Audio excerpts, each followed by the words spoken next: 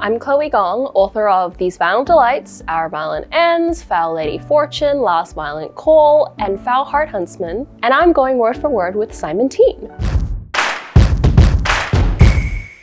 These Violent Delights. Juliet bolted upright. Someone was knocking rhythmically on the glass doors of her second-floor balcony. No, Juliet said aloud dully. The knocking came again, slow, purposeful. No, she repeated. More knocking. Ah! Juliet clambered to her feet and stormed toward the sound, opening the curtains with more force than necessary. As the fabric settled, she found a familiar figure seated casually on the railing of her balcony, his legs swinging and his body backlit by the glow of the crescent moon. She swallowed hard. Really? Juliet demanded through the glass door. You climbed my house? You couldn't have simply thrown a few pebbles? Roma looked down into the gardens below. You don't have any pebbles. Juliet rubbed her eyes again, forcefully this time. Maybe if she rubbed hard enough, she would realize this was all a fever dream and she'd wake up peacefully alone in her room. She removed her hand from her eyes. Roma was still there. They really needed to upgrade their security. Roma Montegov, this is unacceptable, Juliet declared tightly.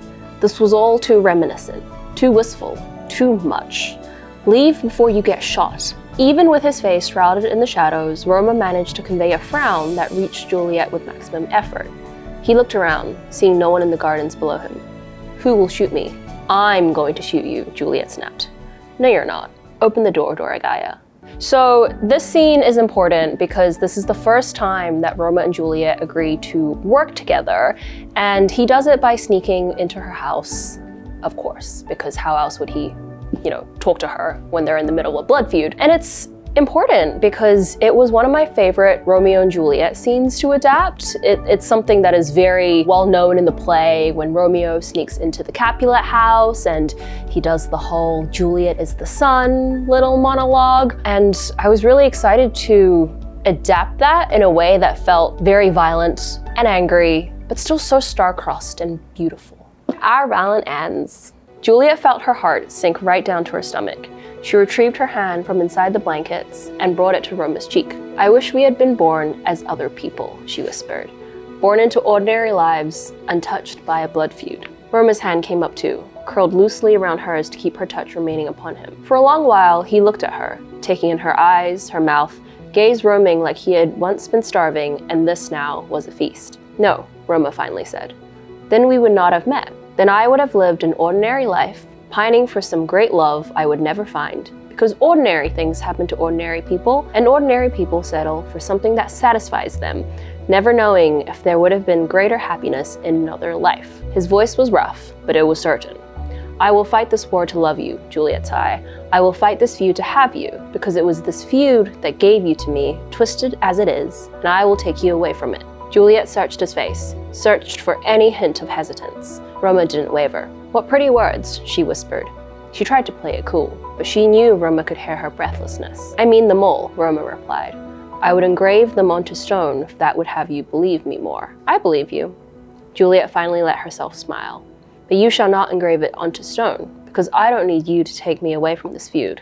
I'll be running by your side.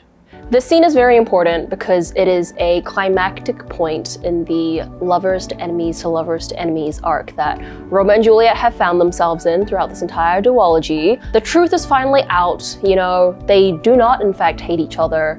They are looking for each other's best interests. They can finally have a true heart-to-heart. They can admit that they love each other. They can make grand plans of running away together that may or may not happen, no spoilers. And it's a very lovely scene, I think, amongst all the gunfights and dagger fights these two have engaged in. I think it's a lovely moment that I loved writing.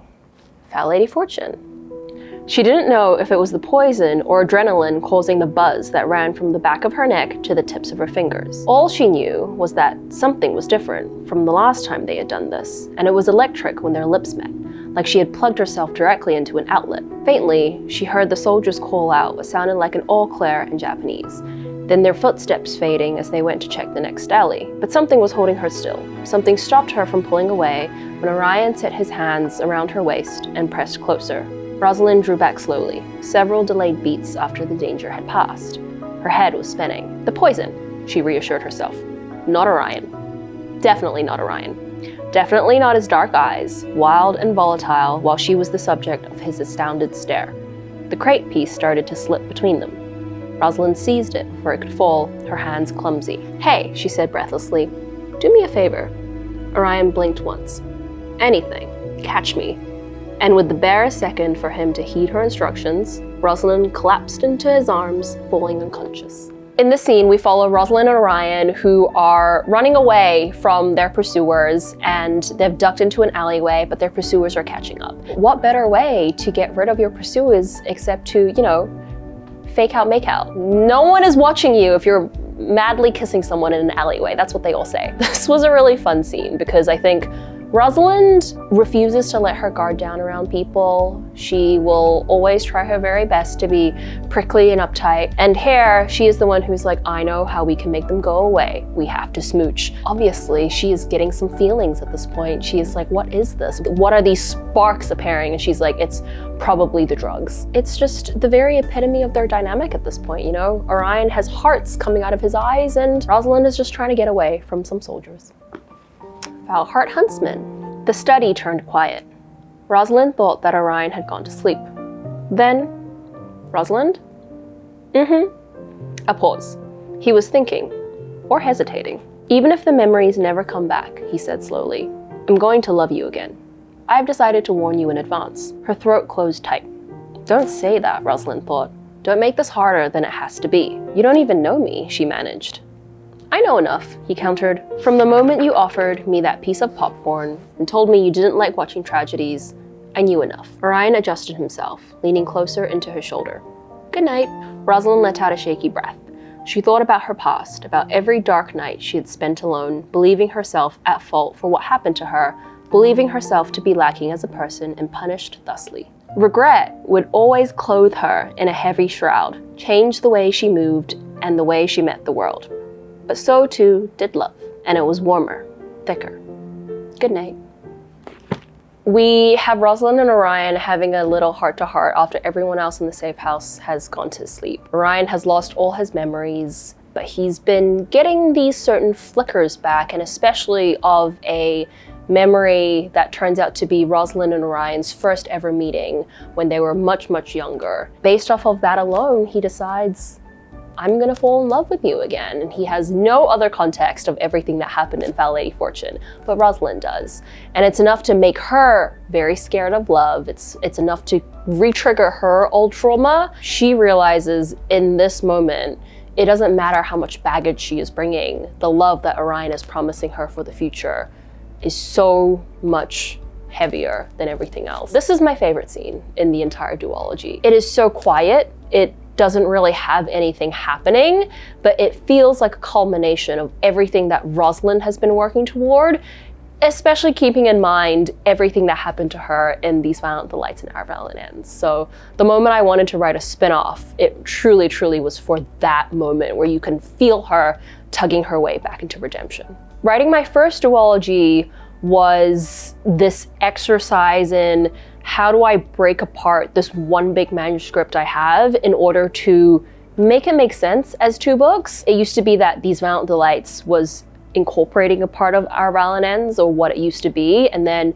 we split it into two because the ending was really, really rushed in that original form. It was very different to Foul Lady Fortune and Foul-Heart Huntsman because that came on its own later, where I knew it was going to be a duology, and I knew what Foul Lady Fortune looks like, and then I also knew where I wanted the entire Secret Shanghai universe to end, but I didn't really know the in-between. I had to work that out as I went. I feel like Our Violent Ends was the easiest book that I've gotten to write because so much of that planning had been done already. Foul Lady Fortune among the Secret Shanghai books was the hardest to write because there was so much about the idea that I wanted to do, and so much that was more about the themes and how Rosalind was interacting with this new 1930s Shanghai society that it took a few tries to get there, but I'm really proud of the end result.